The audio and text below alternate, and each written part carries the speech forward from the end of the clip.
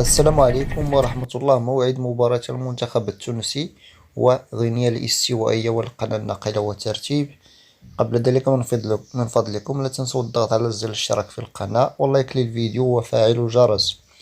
يواجه المنتخب التونسي نظيره منتخب غينيا الاستوائية يوم الأربعاء 5 يونيو 2024.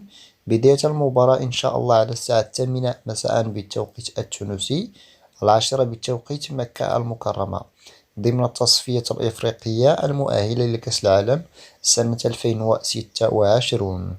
المنتخب التونسي يستقبل منتخب غينيا الاستوائية، ومن المحتمل نقل هذه المباراة على قناة الوطنية الثانية التونسية والوطنية الأولى. ويتواجد المنتخب التونسي في المركز الثاني في المجموعة وراء منتخب ناميبيا بنفس عدد النقاط 6 نقاط، إلى جانب كذلك منتخبات ليبيريا ومالاوي وغينيا الاستوائية، بالإضافة إلى منتخب ساو تومي وبرينسيب.